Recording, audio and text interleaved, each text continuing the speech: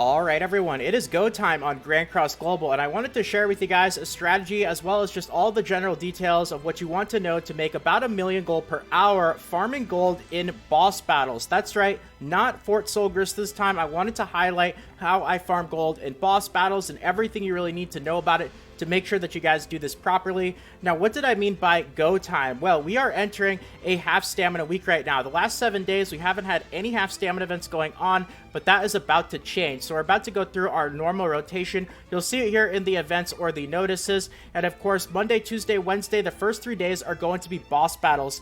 And we always have boss battles take up 3 days instead of 2, which free quests and half stamina for Fort Solgris are only going to be 2 days each. So you do have the most opportunity in order to farm this one, but you do have to keep in mind that generally speaking as well, the maintenance period that we get on Monday nights is going to cut a little bit of time away from the boss battles, but you still should be able to get close to 72 hours. Now, it's really important as well to note that boss battles is not just for gold. You get a lot of other really useful stuff for your account, and if you are a newer or more medium experienced player, you're going to get a lot of really useful stuff to upgrade your heroes, including chalices, awakening materials, equipment that you could salvage in order to get brown and blue stones, and just a lot of stuff. There's a lot of flexibility. If you don't need a lot of that stuff as well, you could just end up vendoring it, and it does actually give you a decent chunk of gold. So what do you need to know? Well, Monday, Tuesday, Wednesday is when boss battle half stamina is active. It's every 2 weeks. What you're going to want to do is actually generally not go to the first stage here. You can if you've got a team that can farm this one, but generally I've found is that it's actually the second stage that's going to be the best in terms of how quickly I'm able to farm it.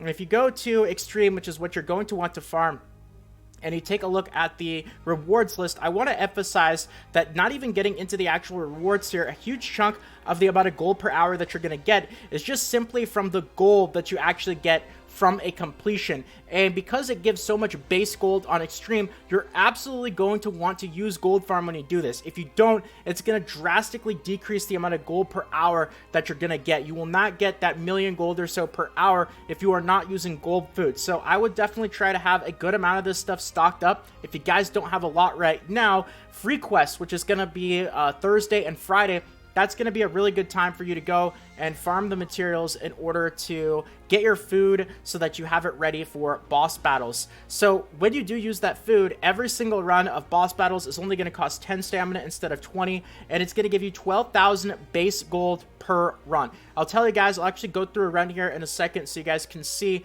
my team right here does something like 50 to 55 runs per hour.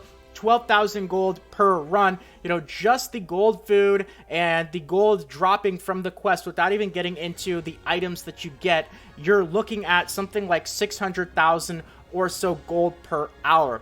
And then when you take a look at the actual drops here, if you go to the window, you'll see that the gold boxes are going to either give you the Water of Life, the Demon's Blood, or the SSR runes. And I'll tell you, you can either end up using these 5-star chalices or you could sell them. And I know if you're a new player, you might cringe at just hearing the thought of selling your chalices, but I'll tell you guys, as a more advanced player who has spent an insane amount of resources and time farming, the amount of these chalices that you end up getting is just absolutely insane. You never need the amount of them that you have the capability of farming. So after a certain point, you know, this is just really all show off right here. I don't even need all these stacks. I could sell most of them, and you get a very good chunk of gold for selling every single one of these, 36,000 each.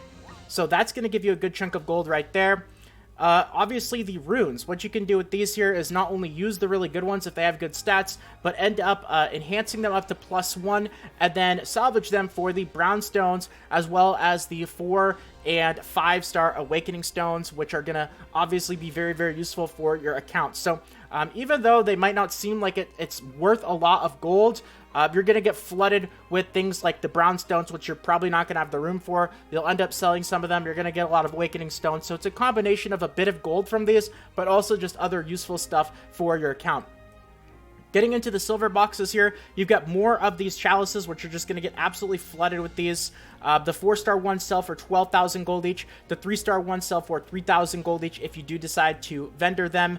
You know, of course, more runes, which same thing. You can salvage them for materials for your account, sell the brownstones if you end up getting too many of them. And then really the last thing here is these actual materials. You will end up getting a lot of these, and you're going to get so many of them that there's no questions asked. You're not going to need to keep them all. They do end up selling for 1,000 gold each, and while that might not seem a lot, you know, you're going to be doing so many of these runs on auto battle with a decent farming team. Easily should be able to do 35, 40, 45 plus runs per hour. This is definitely going to add a bit of a chunk of gold to your hourly, you know, that you're going to be able to farm from this. So let me just go through a run here and kind of tell you guys what your goals are when it comes to a farming team to be able to do this. So your goal should be able to eventually get to a point where you can clear the run in 2 turns on auto. And I emphasize that because the important thing is not only the amount of turns that you take, but also the amount of turns that the enemies take. So if you do a 2-turn run, what happens is you take your turn, which obviously eats away at how long the run's going to take. Then it swaps over and the enemy takes a turn, and it takes a few seconds for them to do whatever they're going to do to your team members. And then it goes back to you, and then you finish off your last turn, complete the run, go through all the animations, and wrap it up, right? Now, the difference between a 2-turn run and a 3-turn run is essentially not only do you have to take 1 extra action, but also the enemy takes an extra action as well. So it doesn't just eat up more time for you, it eats up more time for the enemies, and it really does prolong the run by quite a bit. There's absolutely nothing wrong with 3-turn runs if you are newer. You know, obviously not everyone's going to start off at 2-turn runs, but that's eventually going to end up being your goal. And I'll just kind of go through a run here so you guys can see what it looks like on auto. Obviously, if you're using Pierce units, you know, you want to be using Pierce gear, and try to keep in mind your sub-unit, because none of your units are going to be dying this run. You want to use a unit that does something to end up boosting your damage, boosting your speed. You know, obviously, Blue Jericho, not really using her for her abilities. It's just for the extra speed attribute allies gain 10% attack-related stats, which is, of course, also going to bring additional Pierce to my Blue Demon Meliodas and my Lilia, who's going to give me even more Pierce. So I'll just go through one run here on auto to wrap this up so you guys can see what it looks like. And, you know, I will definitely be farming this quite a bit. Now, the last thing I do want to end off here on is priority order. Like, what's more important, this or book farming? And I'll tell you guys, when it comes to strictly farming gold, book farming is better. It's going to be more gold per hour, and it's going to be more gold per stamina potion that you use. If you need the materials from here, if you need chalices or awakening materials or equipment, then you still absolutely want to run boss battles. But if you're very limited on the amount of stamina potions that you have, you don't want to prioritize this just for gold over book farming. That's the most important part.